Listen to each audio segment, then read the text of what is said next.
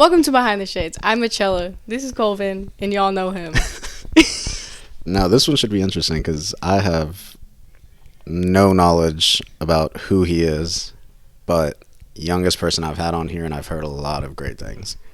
Like, as soon as you were coming down, heard so many great things about you, heard all about how grown up you are and how you've got your head on right for you to be your age, which is like insane to hear from one, you being in Indiana, and two, you being so young. Because I mean, even me, I've always been somebody that people are like, oh, like, you've got a good head on your shoulders. But then looking back, I know I was a fuck ass kid when I was your age. I think, and seeing the environments that, like, I've been in, and, like, they're not very far from home for you as well. So, like, that was a big part in, I'm sure, his little conclusion. So, like, I hate to make it, like, an interrogation, but, like, tell me a little bit about you, like, just... Yeah, so I'm from Indiana, obviously, so probably one of the lamest states out there. I mean, there's not much besides cornfields and, you know, your local Walmart to hang out at, but... Dude, y'all got Amish, too? Dude, it's crazy, especially where I live. It's every morning, every night, you know. And when Sunday comes around, it's like Amish, like, city. Oh yeah. But yeah, so I'm from there, and then, you know, obviously I like to think I have my head on kind of right. You know, I try to set myself up as best as possible for college, especially going into, you know, my freshman year is kind of a realization that, like, you know, I'm not going to be able to pay for college, so sports was kind of like the thing that I was like, okay, I can do that. Like, this is how I'm going to get my college paid for. And then, obviously, grades were, you know, right there with it. Yeah. So, you know, I'd like to think that I've set myself up pretty good for college next year, so we'll see how that goes, you know, especially doing 2 sports and then potentially double majoring. But yeah. Okay. What do you want to double major in? So my main major is going to be zoology, and then I might end up doing something with either animal behavior or even maybe something in business, just to, you know, kind of have that on the backside. Yeah, I mean, I'd definitely recommend business just because it's such a general degree that you can do anything. Like, even if you have your zoology degree, if you have business on top of that, there's so much more you can do within, like, animal work just because you have that business degree. Yeah, that's interesting. I did not see that coming. Yeah, why zoology? So, funny enough, leading up until, honestly, last summer, I was fully going for engineering. I was going to be a mechanical engineer. Okay. And potentially join the Air Force to try and work on, like, airplanes and stuff. Okay. And then over the summer, I was just kind of thinking about it. I was like, I really just was going to do it for the money. And, you know, I want to do something that, like, when I wake up, like, I'm going to enjoy it. Yeah. Like, it's not going to be like, man, I got to go to work. It's going to be like, this is my life. So, you know, I've always loved animals, and it's just, you know, they're kind of easier than people sometimes, you know. Yeah. You know, so no, literally. That was kind of the big reason. And then I kind of just put it in my mind, like, I want to go get a PhD in this. Yeah. You know? Okay. So that way, like, even though I might not make crazy money, like, I'll still be able to take care of myself and, like, my future family. Yeah. No, and definitely doing something you enjoy is... It's so cliche, but it's literally like that's the way to go. Right. Like, I knew I do sales and business, but that's literally because I know that I just enjoy picking people's brains. Right. So it's like that's all I do all day. That's a good realization to have, though, at your age. Yeah, it was kind of, you know, I was just kind of going through the motions almost, like, through school and stuff, just keeping, like, my grades where they're at. And then, I don't know, it was just kind of over summer. I was like, you know, I was about to be senior, like, everyone says, like, you don't need to know what you want to do, like, when you go into college, but I was like, I want to know, like, now. Right. That way, when I get in there, I'm not going to be, like, freaking out or have, like, crazy anxiety from it. Yeah. So I just kind of, like, set that plan up for myself, and now I'm just kind of working towards it, I guess. Yeah, I feel like most people, they have to, like, go through something, and then they have that realization. Right. Like, it's after. Like, they set their mind to it, and they're like, this is what I'm going to do. And then they're just not even really thinking, like, about themselves. Which, like, that was kind of something I tried to think about, too, was, you know, I've heard so many things of, like, how people go in college and then they switch their majors and stuff. Yeah, I was about to say, most people think about that halfway through college. They're like, damn, I don't want to do this, actually. I was like, I don't want to go, like, I mean, I'm trying to get a PhD, so, you know, if I go 4 years, I'm like, I don't even want to do this anymore. Like, that's 4 years I could have done something else, so. So what do you want to do with like animal work? So that part I haven't really figured out yet. I think I'm for sure going to try and work in some zoos and some conservation. I know there's a state park nearby, so I can go work there while I'm there. Yeah. But eventually, I'd love to lead some sort of, like animal research or like a kind of rescue operation. Try and help endangered species and stuff. Dude, perfect excuse to move to Atlanta. Zoo Atlanta. I don't know if it's still correct, but I'm pretty sure it's like one of the largest zoos in America. I'm pretty sure it is. Yeah. Would you ever move out of Indiana? Yeah, I honestly plan on moving out of Indiana as soon as possible, because there's just there's not as many opportunities I think that I could take advantage of. Yeah. But it would kind of depend on whatever kind of jobs and stuff I land. Yeah, of course. But I think as soon as I get out of college, I might try and do some traveling with conservation, just kind of explore like the U.S. and stuff, and then that's perfect. Figure out what feels best. Right. Yeah. That's definitely why my parents got me out of Indiana, because they were like, no, she's just gonna grow up and like do what everybody else is doing here, like getting married, settling down, and like. Yeah. Did you even finish school? They all work in factories. Yeah, literally, you probably know that too, but right across from where I go to school at, it's all factories. So most of the scholarship stuff we have, they all are kind of geared towards factory work, and like our school kind of sets you up for that. Yeah. And I'm like, I don't want to be part of that. I don't want to be, like 40 and have like a broken back because all I do is work in a factory. Exactly that, or like just have to volunteer at the firehouse. Yeah. Dude, at least you think about that. Like people your age, they just see a check and they're like, cool. Like the amount of people that I see turn 18, graduate high school, and they're like, yeah, fuck all that. I'm going into construction, because they make $2,000 a week. Yeah, that's a lot of, I think, our high school, and it's kind of just almost like not even a trend at this point. It's kind of a lifestyle that just gets passed down through families. No, it does. And I think a lot of people are happy there too. Yeah, like they want to stay there. But yeah, I think absolutely, like, if that's what you want to do, then you can do that. I've had times where I'm like, would I want to go there and raise my children there? And a part of me is like, yeah, definitely like the first 10 years. That was perfect for me. But then coming here, I had huge culture shock. I was like, oh my goodness, like there's so much to the world, and it's really not even that crazy. Like I had no clue what was out here. Yeah, honestly, before being old enough to kind of remember traveling and stuff, I was always kind of like, I don't even know like what's really out there, and I think that kind of plays a part into how people see like work and stuff, is just the fact that if you don't get out of like where I live, like all you see is factories and just regular like work. So yeah, and it's like you said, it gets instilled into people and it becomes habit. Like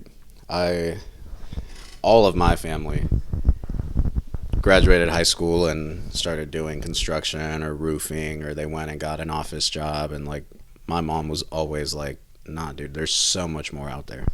She was like, I'm stuck having to ask somebody for permission to go to like an event for you, and then if they say no, I'm fucked. She's like, I don't want that for you. Like explore, like go find something that you enjoy. Yeah. What do you think was the turning point for you to know like, I don't want to stay here?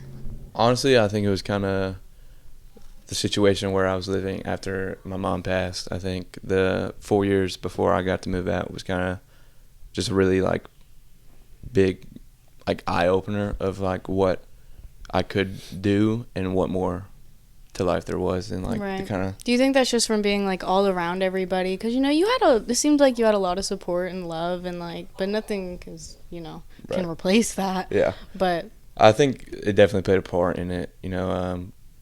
One of the things that I try to be like the most humble and grateful for is really the amount of support I had from, friends and stuff that I consider family, and I live with one of my best friends now. Mm-hmm.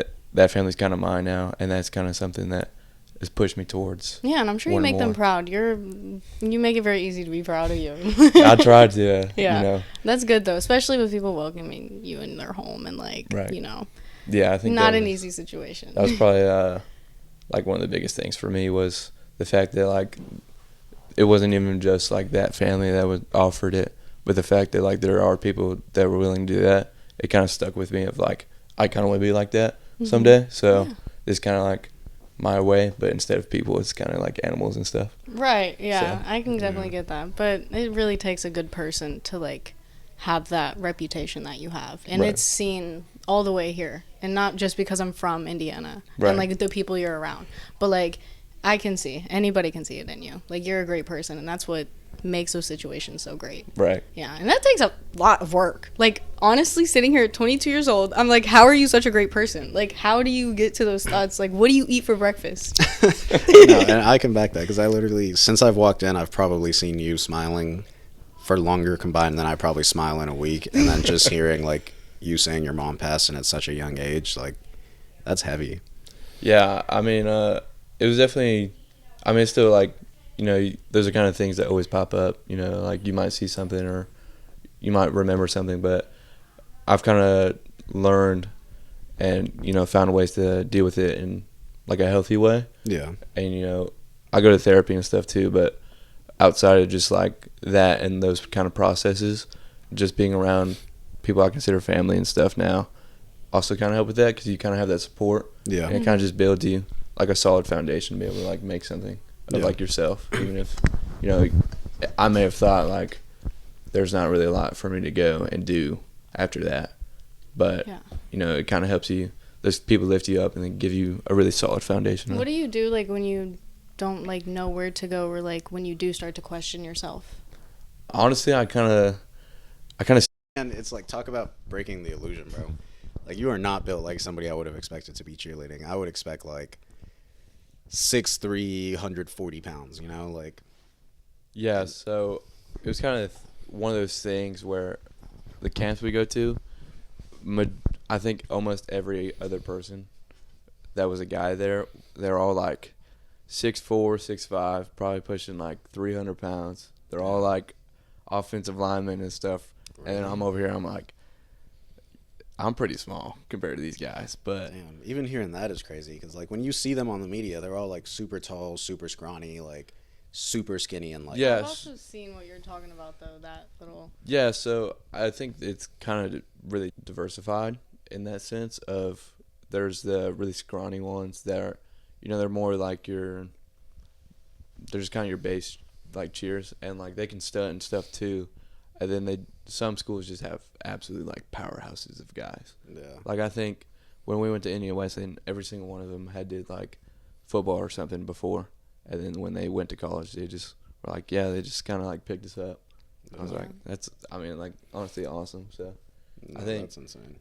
I've kind of always been like a little bit smaller in terms of like my sports and stuff. I think the only thing that I'm kind of bigger in is the fact that I hurdle. Yeah. And almost every other hurdler that I race against is like 6'3" and like maybe like 150. Yeah. You know, I'm like 5'11", 190. Yeah. So it's definitely like. And all of this sounds like a lot of stamina. Oh yeah. Yeah, I mean, honestly, like cheer was like our competitions is so fast paced that like you kind of have to be on top of your game. Right. Especially, I was kind of like our main one man flyer guy, so. Okay. It was definitely like it exerts a lot more than like you would think it would. So definitely like being fit already helped a lot. See, but I do know, because you know I talk to your sister all the time. It's my sister, the best sister-in-law. But you have cystic fibrosis. Does that affect you in any way? Like, what does that look like in life? Yeah. So honestly, it hasn't done that much now. I think because I started working out when I got into high school and stuff, it kind of mostly went away. Like, I still have asthma, so I have an inhaler that I kind of use. I think the only really close call I've had to like not being able to like actually breathe was probably last year during one of our final races for track, when I kind of like had like a panic attack basically. And it was probably like the realization kind of that I probably need to go get checked again. Right. For a while, I didn't have an inhaler or anything, and I just kind of thought like, you're good. Maybe my breathing just like sucks. Yeah. Because I mean, like, I breathe a lot. Like, I get kind of heavy breathing when I do sports and stuff, but you know, I kind of have that inhaler now, so I think I've kind of outworked it in some ways. So I was gonna say, because the only other knowledge that I have of cystic fibrosis is my little cousin Sierra, and she grew up having to do like the vest and like the 6 horse pills every Right. time she ate just a snack. And like, did you ever have to do any of that? Yeah, so all the way up until maybe when I started middle school, I was doing the vest and then the breathing treatments and stuff, I think every day. And then one day, I think it was my stepdad was just kind of like, yeah, you don't need any of that anymore. So we just kind of got rid of it all. And then when I finally got cleared for sports, I just kind of got used to it. And then I just kind of outgrew it, I guess, in a way. And it seems like the more, like, you're very healthy. Right. So, like, I'm sure that plays into it. Like, I'm not going to dig into your personal life like that, but, you know, I see a lot of people out here having those types of health issues, and they're smoking and drinking. Right. And, like, I don't see one good habit in their day-to-day ever. Like, not one. I mean, that was kind of one of the things that I kind of struggled with. Not necessarily that I did it, but it was kind of like I heard so much about how people do it, you know, when they struggle and stuff. And it was kind of a door that opened to me that I could do it. And then I just kind of, you know, logically tried to think about it. And knowing that I was going to have to do sports and stuff in high school, I really just, it kind of closed pretty quick, I guess. Okay, like I kind yeah. of like shut it closed. Yeah. So, you know, it's never been something that I'm kind of interested in, you know. It's not like top priority. Yeah. And I mean, Like, fuck vaping, go cheer. yeah. I mean, it was just kind of something that, like, I see what it does to people, like, eventually, and I just kind of trying to stay away from it as much as possible. Like, I don't really care if, like, other people do it, because, I mean, it's your life. I don't really, Right. you know. And definitely keep that mindset, bro. Like, coming from Buford, I know so many people who, like, big names in college football. Like, we have a couple kids go to the draft damn near every year or every other year, and it's like, I'm not going to say any names, obviously, just in case, but, like, then they'll come home and sit there and, like, smoke all day. And I'm like, you know, there's other people that are waiting for Combine Day, and they're probably out here practicing right now. Right. And, like, you're still going to make it because, like, you're naturally that good at this point. But what if you just, like, gave it that extra step? Right. What Yeah. if you took that extra sacrifice? Honestly, it's kind of something that, like, it's not really a pet peeve of mine, but it's always been something, like, if you're at that level, I don't really see the point in doing it. Yeah. Especially when, like, if you didn't do it, you'd probably be even better. Like, there's probably very few examples of, like, people that it probably did nothing to, especially, like, you hear NFL guys or, like, ex-NFL guys, and they're like, yeah, I smoked before, like, every game. And, like, they were still Aaron crazy. Rodgers. Yeah, it's like, okay, like, you can get away with it, but, like, some of these other guys, like, even, like, doing sports myself, knowing that people work that hard and then, like, still get over. Yeah. No, I just posted something the other day about it because I used to, like, I smoked a lot, like, way more than I would even like to admit. And I literally just posted that, like, weed specifically is probably the worst vice you can pick up as a young person just because it really doesn't do anything. Right. Like, you can get high and then still go work out, still go do whatever you got to do. Like, if you're drunk, you can't do any of that. Right. But, like, weed, like, it doesn't trigger that, like, what am I doing sensation. So people think it's just, like, okay, and they keep going, and then they don't realize it. But over time, like, it's like you're getting 10 minutes less of sleep every day, and you don't notice it, like, week by week. But, like, 4 years later, now you're missing out 4 hours of sleep every night, Yeah, you know? and during those times of, like, I mean, adolescent brain development is so, like, important. Right. And it's, like, you can already barely make decisions for yourself. So, like, adding that on top of that, good luck. Right. Which, honestly, it's kind of crazy how much weed in general has affected, like, younger people now. Yeah. And it's such, like, it's almost normalized now at, like, this point, Oh, yeah. which is kind of insane. It's the to cool me. thing to do. Yeah. Mm-hmm. Which, you know, I'm not usually one that, you know, I don't really care about, like, peer pressure and stuff. Yeah. Because it's just kind of, you know, I don't really hang out with anyone that, you know, would peer pressure me to do it. But it just kind of, you know, it sucks that there's that kind of social norm now that is so. Yeah. No, like, when I just stopped smoking, like, last year. Literally, it was my New Year's resolution, which I'm not going to say it's been perfect. Like, I've folded a couple times. But, like, for the majority, I quit smoking. And the amount of friends that I, like, don't see or talk to anymore just because, like, I'm not cool anymore and I don't just, like, sit there and get high all day. Like, hey, what's up? You want to smoke? Like, yeah, like, the amount of friends that would always hit me up and be like, oh, you trying to smoke? And I'd be like, hell yeah. And then we'd hang out for, like, 4 hours and, like, do nothing. Yeah. And now they're like, oh, you trying to smoke? And I'm like, nah, bro. You trying to make some money? And they're like, nah, bro. Like, I'm good. Right. And I'm like, okay.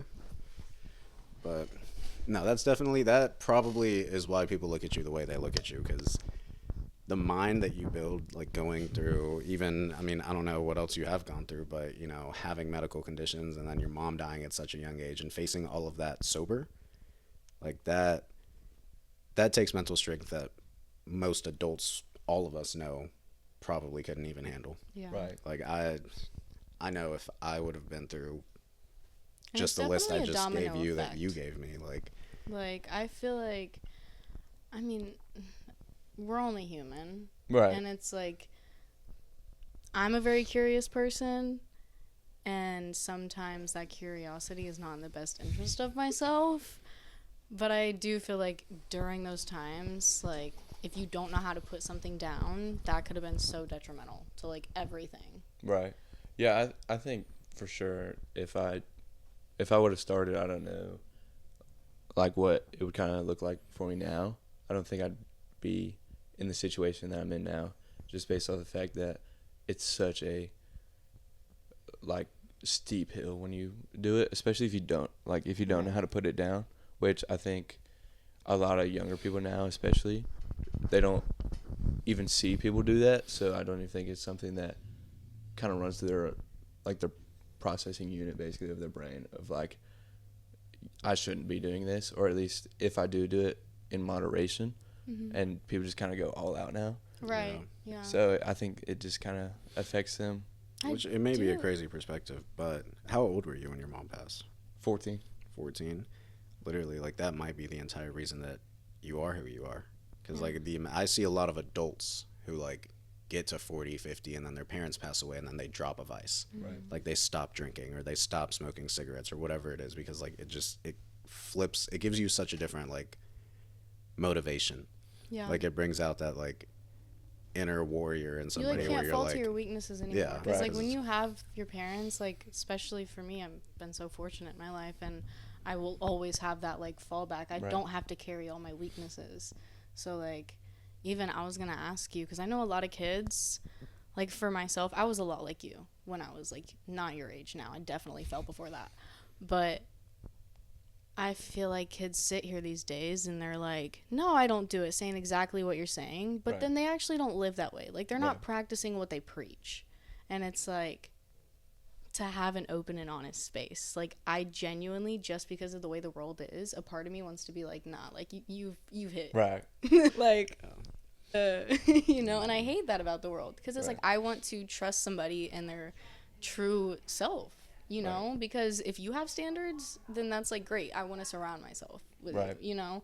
But I think a lot of teens these days just don't really realize. They'll just be like, nah, I don't do it. But then they're not meeting themselves. Right. Which I think, honestly, like, kind of part of that, I've definitely seen people do that, is just the fact that they try and put on a fake persona, basically, just to kind of keep a good reputation. Which, I mean, I see why people would do that, just because it's, you know, not having people know that is kind of just a safeguard for yourself, almost. Right. But I think eventually it makes a worse impact in terms of if people find out. Right. Because you build up such a big wall Exactly. that, like, you don't do that. Like, you might be, like, if it was, like, someone like me, for example, and I was doing it and people found out, I think it would be a very big drop in terms of who would Right. have my back and stuff, just because of the fact that, you know, you're kind of betraying everyone that you tell and that you preach to, basically. Yeah, and especially because of, like, how highly you hold yourself. Right. I feel like, especially coming from you, it'd be like, well, dang, what is the truth? But then again, I see the other side where it's like, it's a case where, no, but he's a good kid. Like, he still got stuff done. Like, don't take it away from him. That's not fair. Like, Right. he deserves it. You know? Like, I've seen a lot of that freaking... I was I one can't of even, those kids. like, star basketball player at my school came a pot. And I'm like, did I not just hear the tea right this week at school? Like, Right. she's still starting. Like, what is happening right now?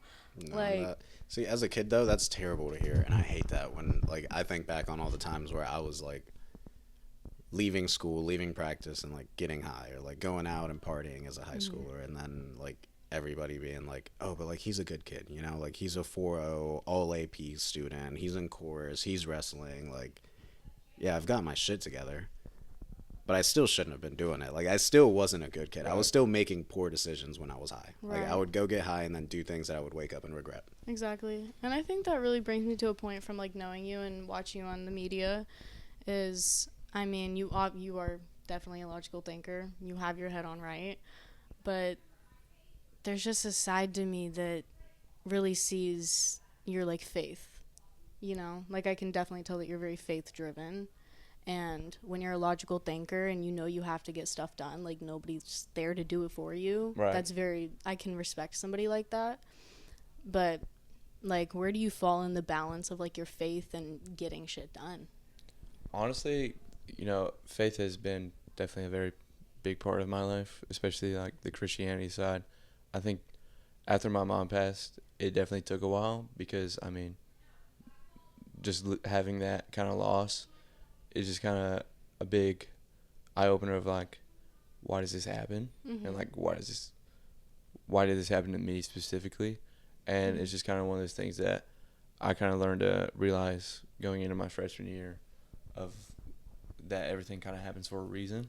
And I think obviously I still definitely struggle sometimes with my faith just because, you know, there might be things that I do that don't fully meet like what faith is supposed to be. Right. And I think that's a hard balance for sure, you know, especially one of the things that I had to kind of prepare for and still prepare for is the fact that I'm going into a like science degree, which is very often considered like against Christianity and I stuff. didn't even think that far. Yeah, so Science it's and religion definitely do not mix well. Yeah, and that's kind of something that I've had to try and prepare myself for, of, you know, just trying to stay true to who I am and kind of my faith in terms of, you know, what I believe, even if it might not line up with either science or faith, you know. Right. There's kind of, I think, a balance to it, but it's kind of something that I like to think I'm ready for, but I think when I get there, it's definitely going to be,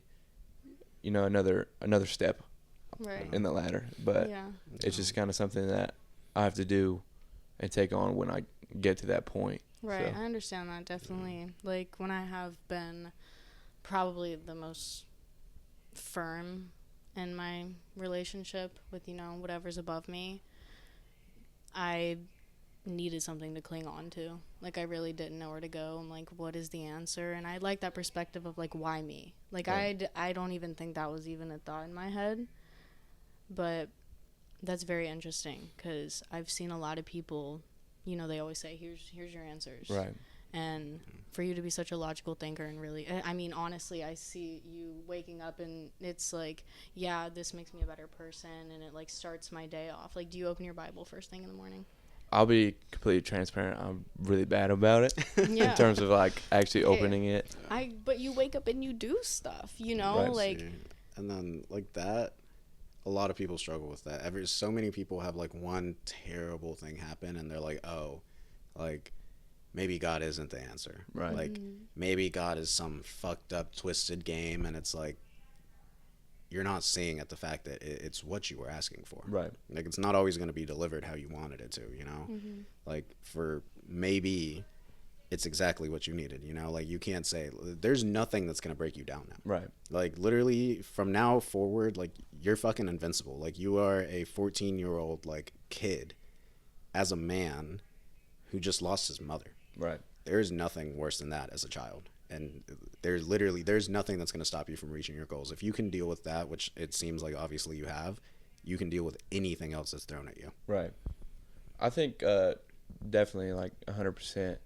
And, you know, kind of the fact that there are times where like people doubt, I think that is honestly something that kind of makes it almost easier to like build your faith and stuff from my own like experiences. Is just that you kind of see that and you question it, and then you kind of, you know, find a way to make it make sense eventually, even if, you know, someone might preach it, or, you know, you might talk to someone that has a really good foundation in that, and it might make zero sense to you at that time, and then you kind of later down the road you kind of see how it fits and how it makes sense. Right. So it's just kind of something that you almost have to be really patient for it. Yeah. And just accept the fact that, like, you might not understand it at that time. Yeah. But And later, I think like, even you'll understand taking it. what, like, is meant for you, whatever, like, it lays it right on you. Right. Like, that was for me. And knowing yourself, even, like, with the whole science and, you know, trying to be faithful, like, I could definitely understand that. But in my mind, I'd sit here and be like, well, who's going to do it? Like, that's what God called me for. Right. Like, what do you mean? Like, I understand, but... No, and, like, with religion, people, it doesn't matter what you believe in, whether it's, like, God or Buddha or whatever. Like, the one thing about religion is that nobody can do it for you. Mm-hmm. Right. Like, you have to choose it for yourself. Like, you have to give yourself the perspective. It's not just going to come and, like, put itself in your head. Mm-hmm. Like, every time I hear people talk about questioning their faith because something terrible happened, I always think back to this video I watched in high school of, like, it's this little girl and she has cancer and she has like 2 months to live, and her dad is sitting there with her, like, crying, and she's sitting there, like, smiling. She's like, dude, like, 2 months from now, like, I'm gonna be in heaven. Right. And he's like, yeah. He's like, but why though? Like, why you? And she's like, I got cancer so you didn't have to. She was like, and that's all that matters to me. And I was like, dude, as a child, for a child to be able to acknowledge that and, like, give themselves that perspective instead of being like, oh, like, why me? They're like, dude, like, it's me, so it's not you. And, like, it's me because it's going to help you. And that's what she said. She was like, you're going to be an even better father than you were for me, for somebody else now. She's like, because God helped us do this. Right. Right. Yeah, And it's I was definitely like- how you put it into perspective. And that shit is, like, that's heavy. Yeah. Like- Oh, for sure. It definitely is. I mean, props to her for being able to even kind of understand that. Yeah. And that, especially at that age. But it is kind of, I think, something that, you know, most people, when they get into a religion, probably mostly Christianity, is just that it's really hard to believe something if it's not there. And it's kind of, it's one of those things that you have to put all your eggs in one basket, and that's often, like, it's pretty hard to do for people. So I think that kind of factor is definitely one of the harder parts of it, but Yeah. you just kind of have to take it like you would anything else and just kind of believe in the fact that everything is happening for a reason, and that there's something greater than yourself Right. Yeah. that's out there. No, literally, the podcast I just uploaded yesterday was a high school friend of mine. She, like, grew up Christian, steered away from it, and was, like, completely against God. And then, like, she found God again with her fiance. And she literally was like, dude, like, you know me, I'm a logical person. I like to question. She's like, can you just come, give me a mic, and, like, play devil's advocate? Like, ask me the question Right. so I can, like, walk myself through it. And I was like, yeah, cool. And then literally at one point, she made that point. She was like, as humans, our duty is to do hard things so we can get better. She was like, and it's a lot harder to believe in something that isn't there than it is to believe in nothing. Right. She's like, believing nothing is easy. You just wake up and do Yeah. it. But That's what I actually was just believing, no thinking matter about. what, but I is think difficult. too, like, you believing in yourself and waking up and doing the hard things. And I think a lot of people, I mean, up to even my age, you're not that much younger than me. Right. But, like, a lot of people can hear that these days because you have to believe in yourself and be the good person, have the good habits. And I think a lot of us have a hard time, like, just doing the damn Right. thing. And it takes a lot of willpower that I can, like, see in you, that I've like lost myself. I'm over here like, hey, rub some off on me, because like it's just literally making that conscious decision all the time to just, like, be a good person and really wire your brain to be happy and have happy thoughts. I remember in high school, I was around a lot of kids who were very, like, broken, and they would just always be like, oh, well, my friend or my brother or my mother is always like, just be happy. And that's literally my favorite answer when people, like, see I'm down or anything. I'm like, yeah, literally just be happy. And they'd be like, it doesn't do anything, it doesn't change. I'm like, yeah, because you just be happy. Right. You know, like, you have that power. And the support system that you have, it really, I think you should really get out on the media and, like, start really sharing like your story and your friends' stories, because it's really inspiring to see, like, I have faith in the world again, because like that's my thing. Of course I have a relationship, you know, with whoever I believe in, but at the same time I believe in humans in the world. Yeah.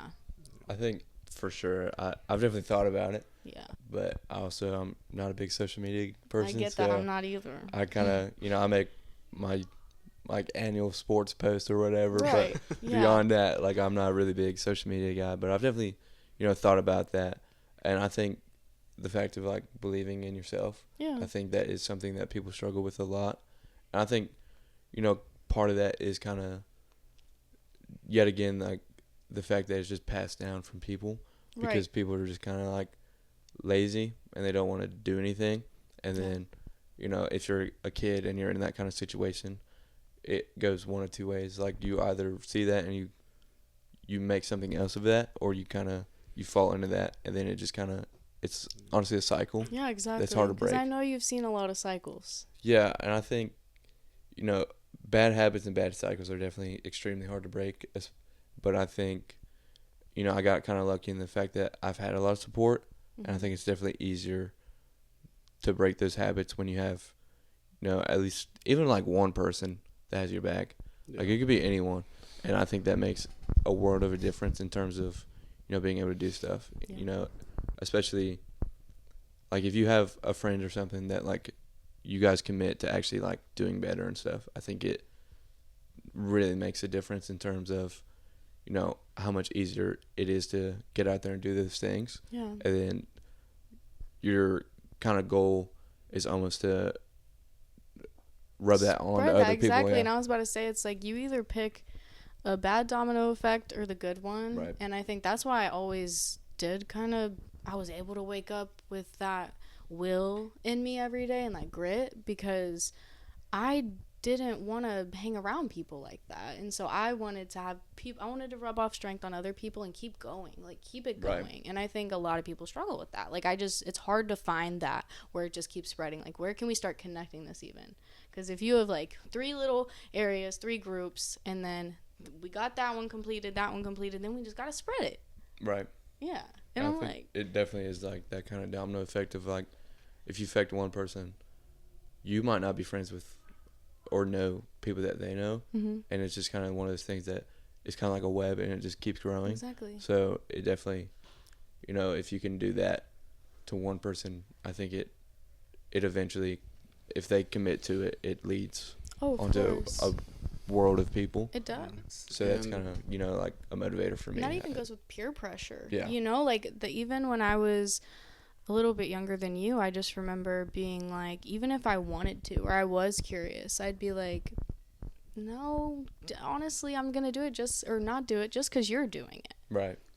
Like I think with the whole peer pressure and like domino effect and like genuinely waking up and being a decent person is super important, and a lot of people don't do that.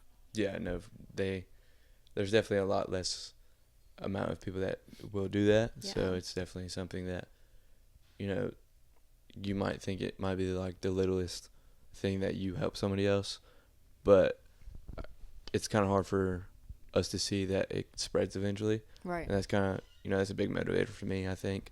Just the fact that, I've always tried to be someone that like a friend can lean on. Yeah. In the hopes that, I don't know if you guys have ever seen those videos where like someone will give someone money and they're like, I don't want anything back besides for you to eventually give it to somebody else. Right. And I think that's kind of like a motivator of that I kind of try to be. Yeah. It's just like, pass this on. I don't really expect anything back besides the fact that like I think you should be able to see that and help others. Yeah, and I think that even goes to like no act is like selfless. Right. Like it's at the end of the day, if I did all that and then like say I went to Starbucks and I was like, oh, pay for the person behind me, and then there's a thought in my head that's like, well, what if they just enjoy it? Right. Like, what if they just enjoy it? What if they don't keep that going? But it's like, well, if I did that, at the end of the day, I feel good. Right. So it's like, it's going to be selfish. Yeah. But, and if it goes into like not showing somebody who's not vaping or like going to the gym, then you did all that. Right. You did what you needed to do, and you're a better person than all of them, you know? And it's not to say, like, nobody's better than anybody, really. Right. You know? But at the same time, there are good things. Yeah. There are good and there are bad things. So, like, what you want in life, sure, go get that. But I think when people get caught in that cycle, and it doesn't only come from homes and families, and, like, it comes from everywhere. Yeah. And I just don't know how you kept your head on so straight through, like, especially being in that small town. Yeah. I feel the support definitely had to help because, like, I mean, psychology says as humans, we're leeches. Right. Mm-hmm. But that also means, like, people leech off of us. So if you have a good support system, now you become a good support system for somebody else. But then it's like, you know, there's some people who think they do. It's like your parents are drug addicts and they're sitting there arguing all the time and, like, they don't know what they're doing with themselves, but they're sitting here telling you to go be a good person and do great things. It's hard to actually do it because of what you're seeing. Right. Yeah. Like, you're hearing something but feeding off a different kind of energy. Yeah. But then, like, actually having a stable support system, it's so much easier to go and be that for somebody else. And I think, too, because I've seen, like, of course there's things in my house where I'm like, oh, I'm breaking that. Like, I'm not going to do that the same. But then I also see my friends who may not have had as much as I did. And when they come here, they get a lot of support. Right. And I think I confused myself a lot about that growing up. Because I'm like, y'all want to come talk to them? Like, what? Hello? Like, come spend a day, please. Right. But it's just like, I never knew how to take that in of, you want in my environment, but I want out of my environment. Right. So I think even with you, like, expanding, like, your experience and getting out of Indiana, like, I can't wait to see what you do when you go, because there's a whole world waiting out there, and it's so freaking great, especially for somebody like you. Like, I hope you just rub it off everywhere you go. Please, they need it. Like, I'm going to stay away, hidden, until I'm going to be like, did he graduate yet? Can I come out? Please, get these kids together. Yeah, I think one of the first things, honestly, that I talked to the track coach at Hanover about was the fact that, like, I really, I like to be involved. Even being a freshman in college, I think, can be extremely stressful. And just the fact that it's a bunch of new people, and I think there's also that kind of norm of, like, it's even like high school of, like, you're a freshman, like, you're underclassman, like, you don't have that, like, and then you graduate and it's the same thing again. Yeah, it's like, like, I might not have been at the same school for as long as you, but also we're so drastically different in our experiences of who we are as people that I think really anyone can be an example and have that kind of, like, leadership. So I think going into college is just trying to set my feet in a world full of people that might have had bad experiences and stuff. I definitely want to try and get out there and help in any way I can. So definitely being involved is, like, a very big part for me. Yeah, that's good. You're very well spoken too. Like, I'm like that in my head. And but then you, like, sit me down and they're like, why should we hire you? Why do you want to be on our team? And I'm like, because I got it like that. Right. I don't know. Like, no, you are very well spoken, especially for somebody your age. I say that all the time, is I hate to run into somebody who's not well spoken, just because when you're not well spoken, it just tells me that you don't even understand your own thoughts. Yeah. Because, like, if you can speak to yourself, you can speak to anybody else, and if you can't, then good luck communicating. Yeah. But I do love how you said anybody can be an example, because that's literally it. If you refuse to acknowledge that, you will never actually get anywhere in life. Like, even in the Bible, there's good things you can take example from Jesus, and there's good things you can take an example from, like, the devil. Right. Like, I mean, at the end of the day, you don't want to end up like the devil did, but no matter what, he worked for what he said he was going to get, and he ended up getting it. Right. You don't want that end of the stick, but he had the drive, he had the discipline. Right. And, like, you can at least take that and apply it in a more holy, spiritual way.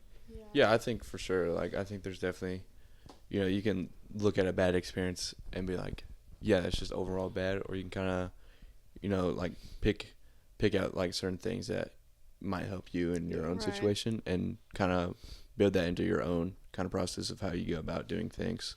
So I I think. See, because I'm definitely an angry person, and I feel like that really resonates with like the devil more than Jesus or like anything. I don't know. I should do my research.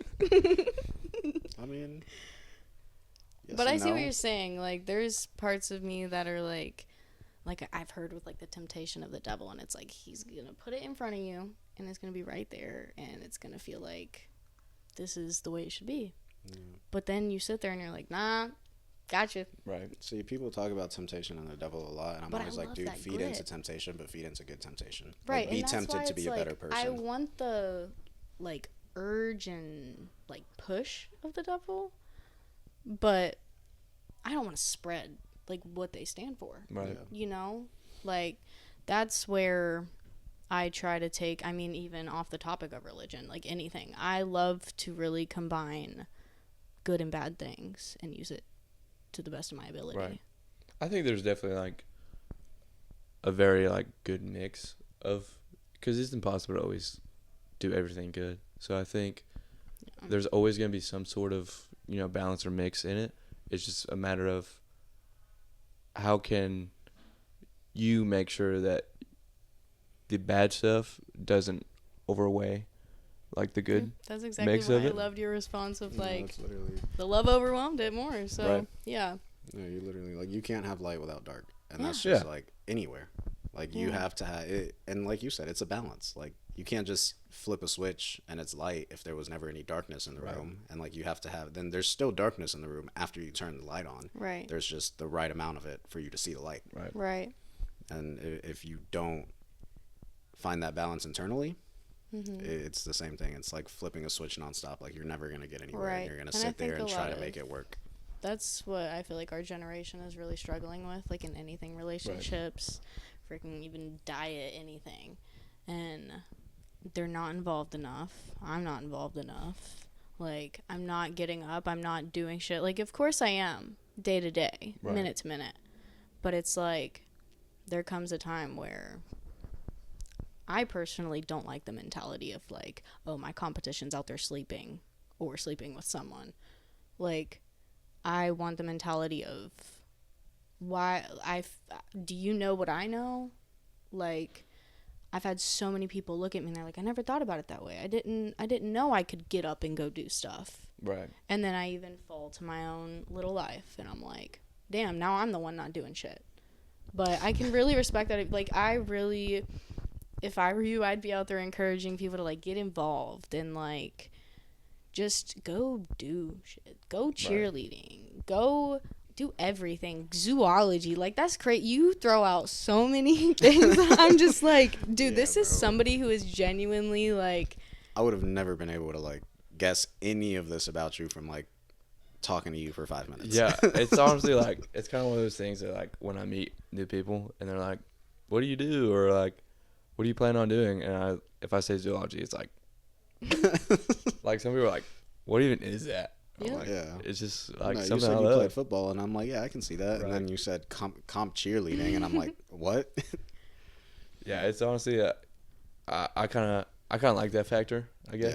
Yeah. Like I've always been someone that likes to kind of get myself out there, which is kind of funny because I probably have some like the worst social anxiety in terms of like speaking in front of people and stuff. But it's something that I try to work on myself because I've realized how like set up I have kind of set myself. Right. And trying to be humble in that is also realizing that like I probably should tell other people, just because I may have not have had that kind of support to kind of realize all of that. But if I can kind of plant that seed almost in someone else's Exactly. brain, And I think just it makes keeps it a lot going. easier for them.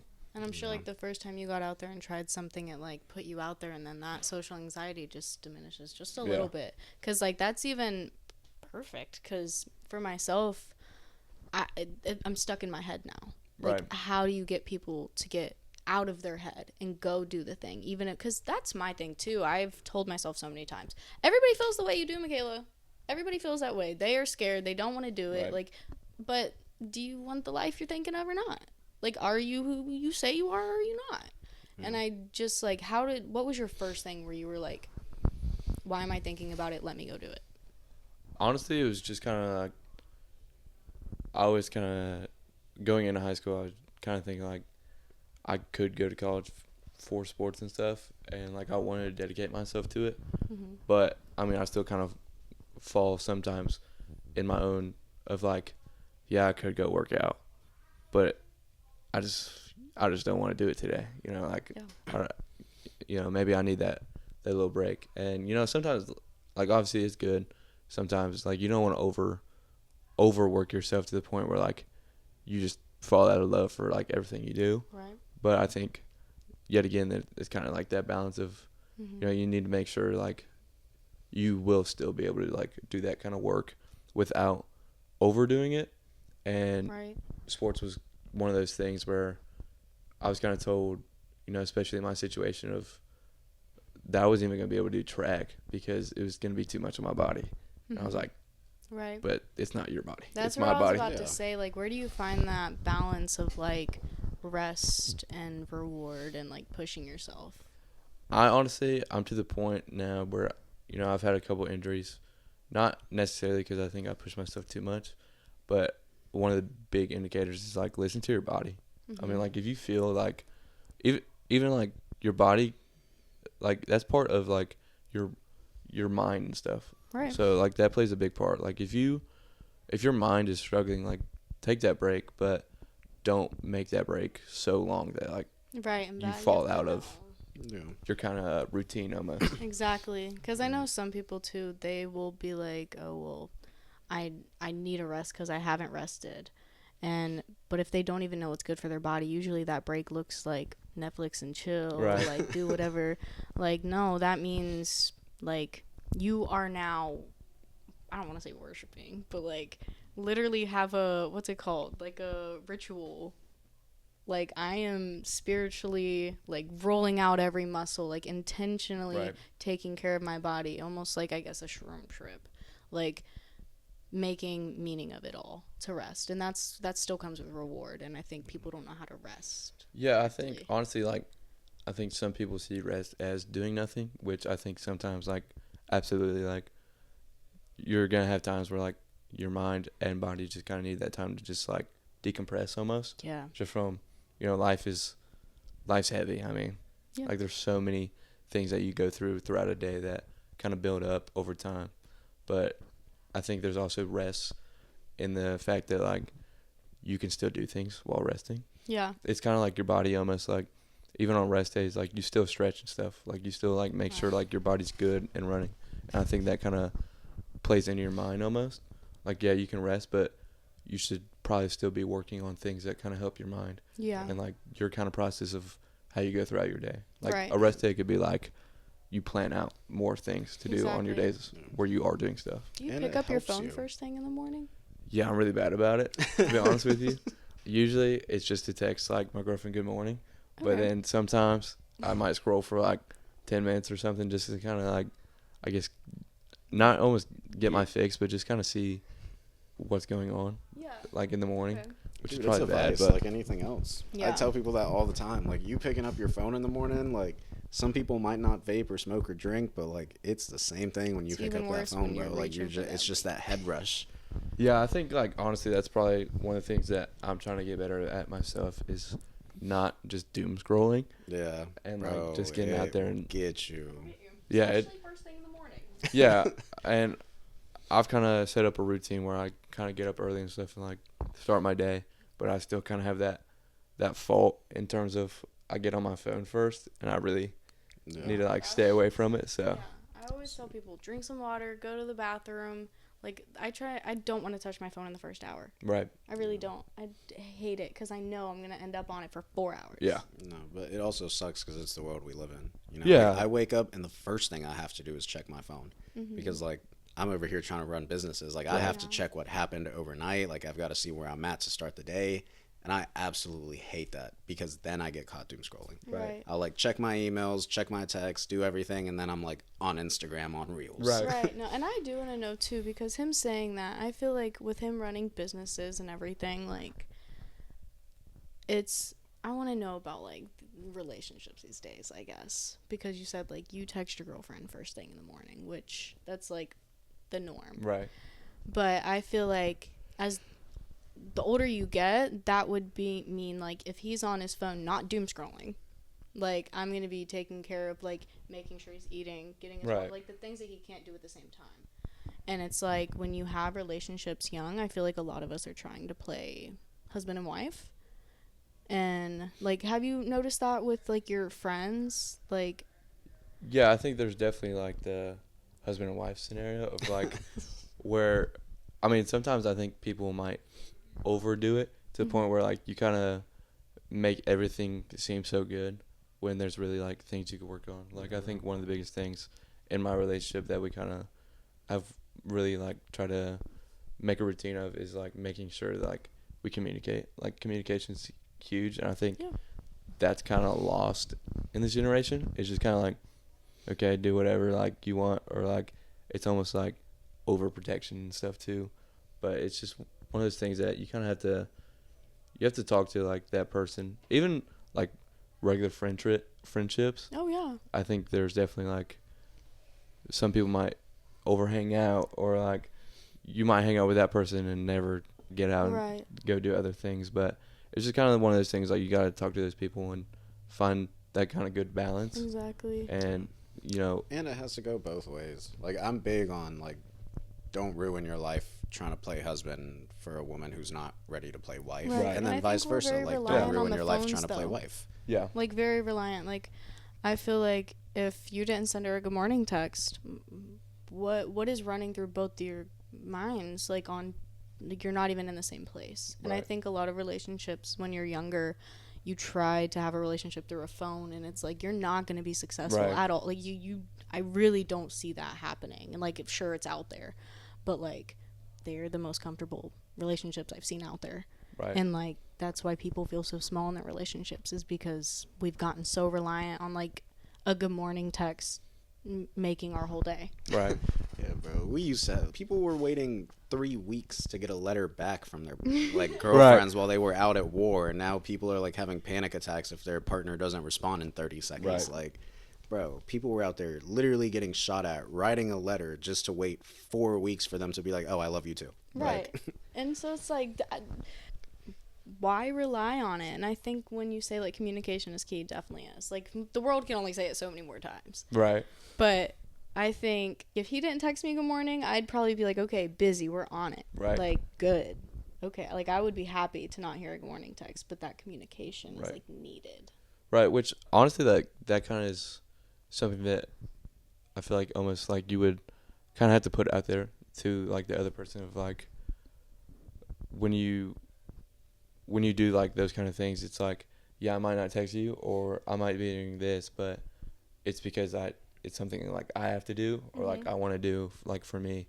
And I think that just kind of, I feel like it kind of all boils down to that, like, communication. Yeah. Because, I mean, you may not get, like, a good morning text or something, but you also have to realize, like, that person's probably doing something else that's also important.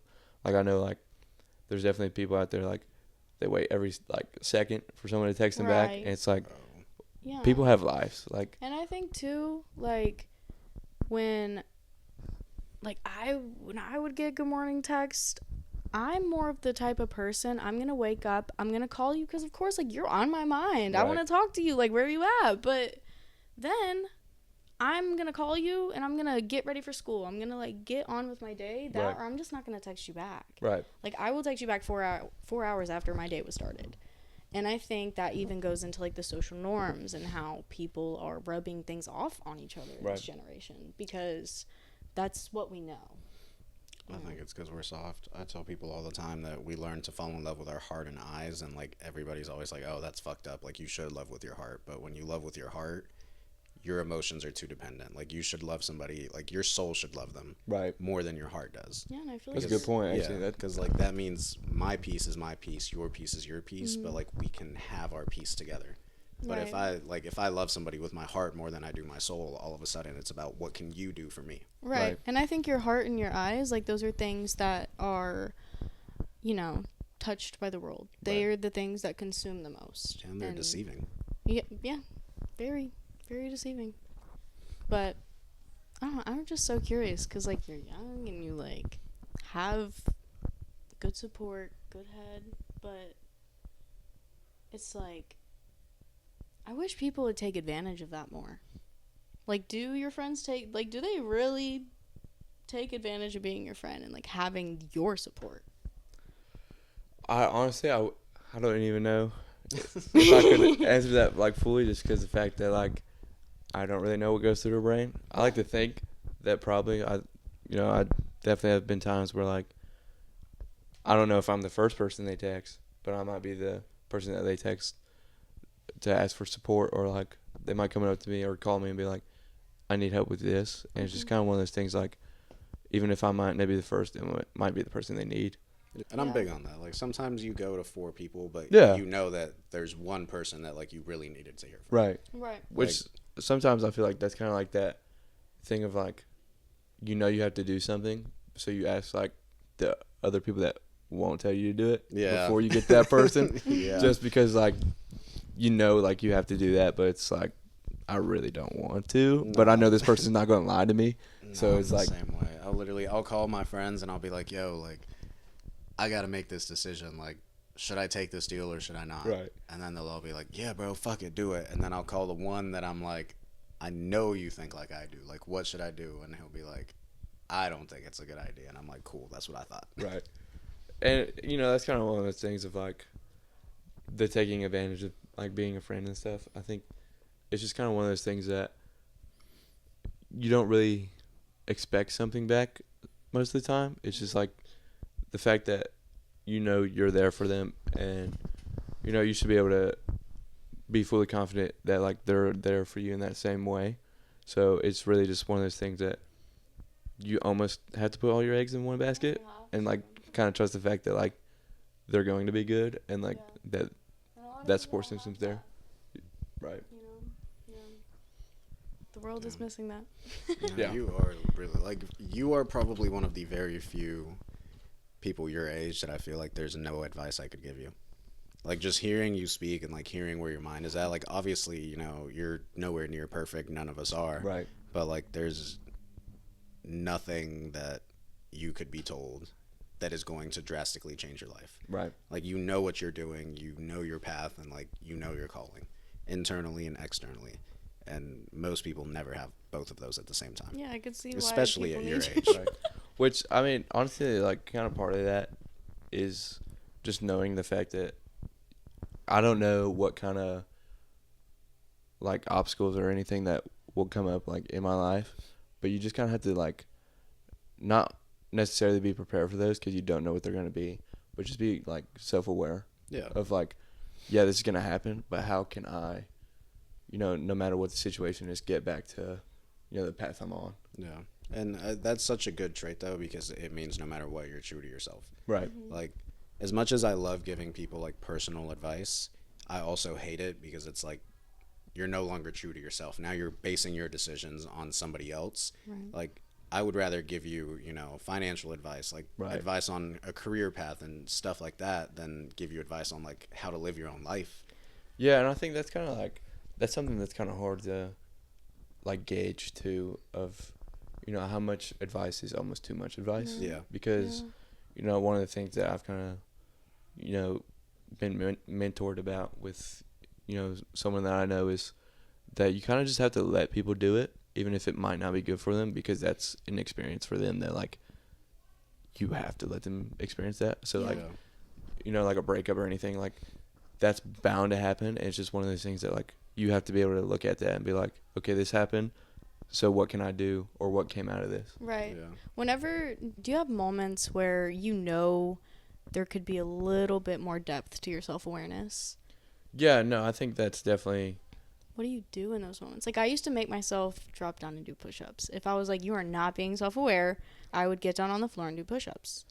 I think it's one of the things that, like, I probably fall short in terms of being able to, like, realize that I could be more self-aware than I am. Mm-hmm. But when I do kind of, like, realize that, it's kind of, I do kind of have to, like, process it, I guess, in a way. Right. And, like, sometimes that takes a little bit. And then, you know, I might go, like, work out, or, you know, I like to play video games a lot because it's kind of like, it's like my de-stressor in a way. Right. And I loved your emphasis on, like, healthy. Right. Finding those healthy ways. Yeah. And honestly, I think it's such a diverse way of there's no one right answer to it, just because everyone's so different. Right. So I think we all have, like, some people might draw, some people might just sit there, but it's all like the things that, you know, like, you have to do to understand your own self-awareness, I think. Right. And then even self-awareness ties into you talking about, like, how much advice is too much advice. Like, when you lack too much self-awareness, you start giving too much advice. Right. And then too much advice is too much control. Right. And it's like, I think the biggest thing I tell myself is, like, who am I to play God in this situation? Right. You know, like, all I can do is, like, give you what I would do, but I'm never going to sit here and tell you this is what you should be doing. Like, I might sit there and be like, I think this is the right path for you, but I'm not going to sit there and be like, no, you have to do this or it's wrong. And at our age, I think the biggest place that I put that is, like, we're at that age where people are starting to have kids. And then a lot of people, or not even just kids, even, like, relationships with parents, like, all of those things that just start happening in your early 20s. A lot of people always tell me I'm so fucked up for it, but I'm like, dude, I'm not going to sit here and play God in your life. Like, I'm not going to give you more advice than I should. It's not my nut. It's not my parents. It's not my life. It's not my decisions. Like, I can tell you what I think I would do, but I'm not going to sit here and, like, make your decisions for you. Yeah, that's honestly, like, something that I try to do. Like, if I do help somebody or give some sort of advice, it's just kind of, like, I don't want to tell them that you need to do this. It's more of, like, I try to, you know, before I might tell them, I might be like, okay, I don't want to, like, push this on them. It's just another, like, thing that, like, they can think about and then kind of make their own decision. But I think sometimes even that might be too much in its own way, just because you might tell them that and, like, they might think about it, and then it might be something they do just because you told them to do it. Yeah, you planted the seed no matter what. Yeah, and it's like, it's kind of one of those things it's really hard to gauge of, like, what is too much or too less. Right. So even just with action and support, it's such a difficult thing. Right. Like, I think about my cousin all the time. You know, he's got a 2-year-old baby, and he shouldn't have had a kid, and he knows that, but it was like, you know, life happens. Like, mistakes happen, and it's like, everybody in my family thinks I'm so foul because I'm always like, dude, it is not my kid. Like, I'm not going out of my way to support it, and it's not that I don't care, and it's not that I don't, like, have a soft spot in my heart for this kid, but it's just a simple fact that, like, he has to grow too, you know, and I have my own things. Right. Mm-hmm. Like, I'm not going to sit there and be like, oh, let me watch your son for the weekend so, like, you can go do whatever. But, like, if I'm not doing anything, then why not? Right. But I'm not going to enable that, because then it's the same thing as giving too much advice. Like, I could sit here and be like, oh, go live your life. Or I could sit here and literally just let you live your life. And, like, if I can be a part of it for that weekend, then, like, why not? I think it's definitely, like, a time and place thing, too. Yeah. Because I did come to learn, like, literally in the past 2 years that I have some knowledge that, like, I'm sure some people would appreciate.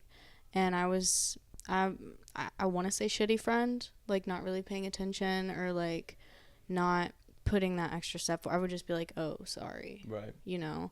But then, like, I had this friend from Indiana, actually, and I could just see something was up, and I didn't want to ask him, and I didn't want to say anything, but it came to me, right. You know, and he was like, you know, I'm really struggling here and there, and then had this whole talk, and then he hit me up, and he was like, I got a truck, I got a job, and then after that, I was like, I really do hold back so much information, but it's because whenever I do I'm a pusher, I'm like, I want everybody to know everything, but it doesn't have to be my way, and I know some people like that. My mom is like, try it. She's like, if you don't, at least just trust me. And I'm like, no, this is what I know. Honestly, don't even hold me to it. Right. But I did have to come to that realization. But I love y'all's perspectives. I feel like that all had a really good balance because y'all are really good friends. Like, bottom line. But that's, like, I just hate control in any sense. Like, I don't care who it is, even if it's my parents. I always, and I joke around about it all the time.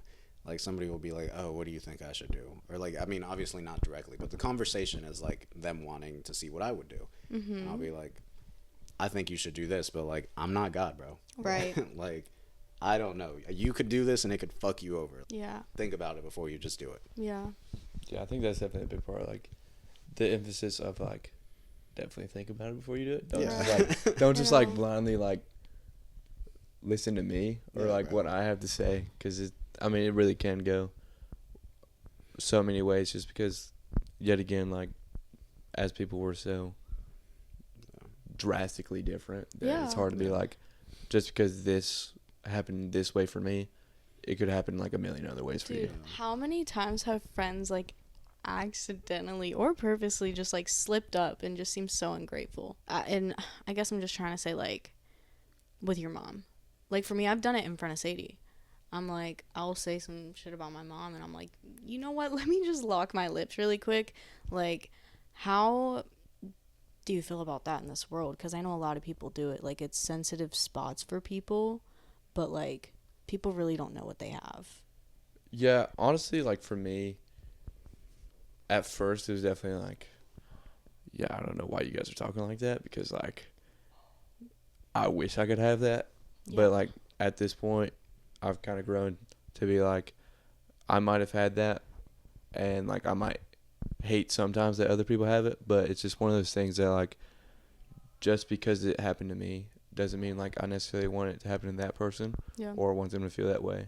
So it's definitely, you know, sometimes it's definitely hard to like kind of be, like take a step back and be like, yeah, okay, like it's whatever, but it's Like, just that's one of those just a things. lesson they don't have. Bro, I Yeah. struggled with that for so long, with especially with parents, because like me and my mom's relationship, like my mom is like a friend to me.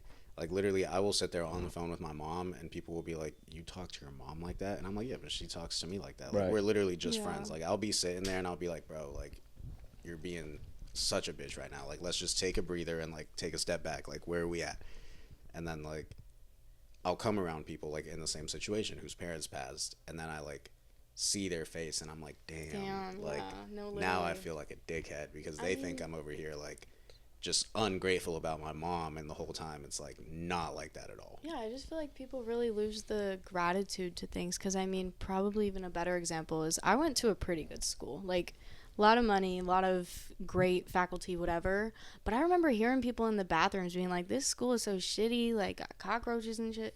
It was so nice because I had came from a county that, like, I mean, I went from Indiana Right. to, like, over here, and it's not that great. And I'm like, dude, I'm like in Beverly Hills right now. Right. Like, y'all don't even know what you could have. Situational though too, because then those people are probably thinking about like I went to Buford. Exactly. Like our school looks like a college campus. We have a Right. $100 million football stadium I'm sure and you've $80 even million seen a Buford. basketball arena. Yeah, I have. Like, It's crazy. That's where he went. Yeah, but then it's literally perspective. Like, but then you know we look at our campus and then there's like IMG in Florida. Oh my Like God. our Exactly. school is nice compared to like North Oconee, but it ain't shit compared to IMG.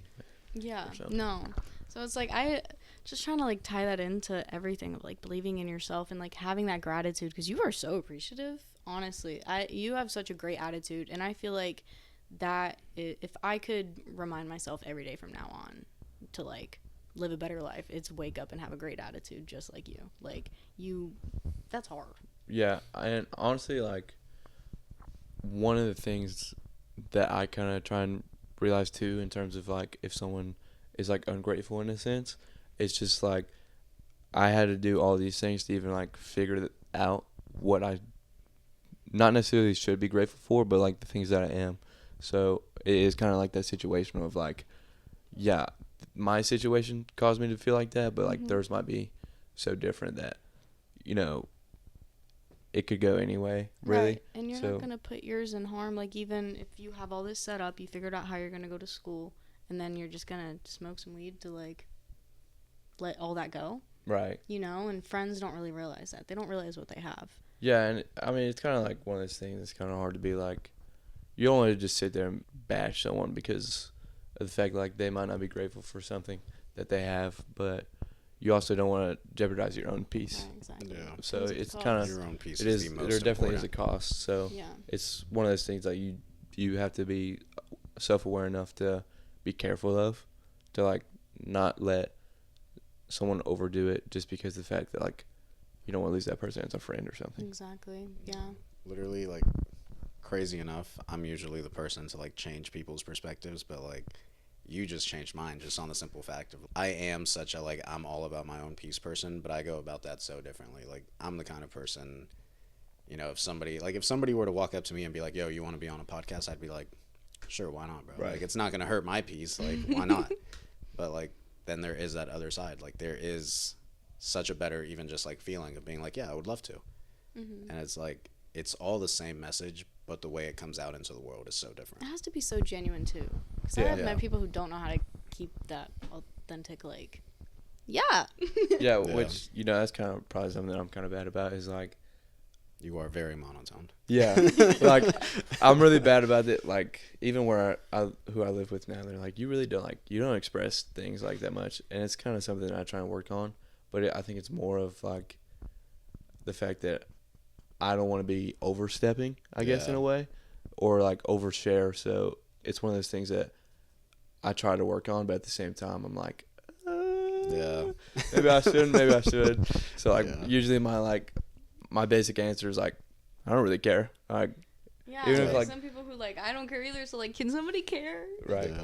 No, that's literally how I am. I don't, like, I am so big on sure, why not, and I don't care. And everybody's always like, well, you never care about anything. I'm like, dude, literally, because, like, it's not going to affect my peace. Like, I'll have a great time if we do. I'll have a great time if we don't. Yeah. Like, what are we doing? That's kind of something that, like, I'm always about. They're like, you don't really, like, choose. And I'm like, it's because it doesn't matter to me. Yeah, like, it's not something, like, that's super crazy to me. Like, if we do it, cool. Like, it'll be fun. If we don't, I'll go find something else to do. Yeah, like, we can go on a hike. I'm sure that'd be so fun right now. Or we could, like, sit in here and watch TV. Either way, I'm enjoying my life. Like, and we're still spending time together. Like, it's the same thing. Yeah. It's just different ways to, you know, like, kind of go about it. I mean, Yeah, and that's definitely how you figure out how your environment is affecting you, because then you could be sitting there, and if you're having those thoughts of, like, well, I could be either working on myself, I could be doing something new, doing something that I love, or sharing, like, showing you. Because I know people struggle even with, say we hung out every day for a week and we only did what I wanted to do. That just isn't fair, because, like, you're even holding yourself back of knowing something new. Right. And I think our generation struggles with that as well. Like, why are we laying around? So whenever I do let the flow go, and then I'm sitting there having those thoughts of, like, I don't really want to be here, I feel like a lot of people don't know how to fight that and just get up and go. Right. And, like, he has really showed that to me. Like, you know, you can just get up and walk out, you know? Like, you don't have to sit here. Yeah, and that's kind of something I struggle with, too, is, like, the people I live with, like, if you don't want to be over here, like, you don't have to be here. Or, like, if you don't want to do this, like, you don't have to. I'm always like, well, might as well, you know? Yeah. But, you know, it's just kind of one of those things that you have to kind of take in and be like, do I really want to do this or not? And then just be firm in yourself and, like, your choice, because, I mean, it really shouldn't affect the relationship that you have with someone if, like, they really are, like, a true friend or family member, because it's like, that's your choice. Like, at least you're, like, strong in, like, your own belief of, like, yeah, I don't want to do this. Right, exactly. And, like, you kind of have to, like, respect that. I can respect that a lot more than somebody who's always just kind of like, because I did have to learn. There's people who genuinely don't care, and they are here for the vibes. Yeah. Like, I had to learn that, because I would push and push and push, and they're like, dude, I'm literally just chilling. I'm like, you know what we're going to do? We're going to find what you would want to do, and we're going to have an answer next time. Like, yeah. And I think I'm probably one of those people that are like, I'm kind of chill all the time. Yeah. Like, I don't really, like, I like experiencing, like, new things and stuff. So if someone tells me, I might not be like, oh yeah, like, absolutely, like, let's go do it. I'll be like, yeah, we can. Yeah. Like, it's whatever. Yeah. But it's just kind of one of those things that, like, you kind of have to just learn to, you know, be, like, firm in, I guess. Yeah, I guess, I mean, I don't even know what time it is, but firm, it seems like a good theme for this podcast. Very firm. No, you really are, like, yeah. I haven't met too many people, even when I was your age, that think the way you do, and especially not now that I'm older, saying, like, y'all are getting worse, bro. Oh yeah, no, like, absolutely. My generation was bad when we were your age, and I'm not that much older than you, but y'all are getting worse. Y'all are getting softer. Y'all are getting more lost, and, like, it's good to see somebody, like, with their head on straight that can actually think for themselves and understand why they think what they think. Right. Yeah. And, like, dude, just keep doing you. Like, you're gonna do great things. It doesn't matter what you end up doing. You could still switch your major halfway through college, even though you already thought about it, and whatever it is you do, you're gonna do great things. Yeah. But for sure. I've started trying to end off the podcast on, like, message to your younger self kind of thing, but since you are the first person that's younger than me, let's switch it up a little bit, like 30, 40 seconds message to your older self. I think it would, oh man, that's tough. I think a message to my older self it'd be to stay true and, like, my beliefs and not let anyone like kind of overrun me or, you know, take advantage of me in ways that will affect me like negatively or just in general of like too much of a like domino effect basically. And to just kind of try and stay motivated. Even if you're not motivated, be happy and just, you know, realize that like you only get one life and you kind of have to take advantage of it and go about life in a way that is true to yourself. Yeah. That was good. Take advantage of life and don't let it take advantage of you. Yeah. No, not really. Yeah, I appreciate you for getting on here too. Oh, absolutely. Like, that was a great conversation. Yeah. All right. We're all doomed. The generations are going to keep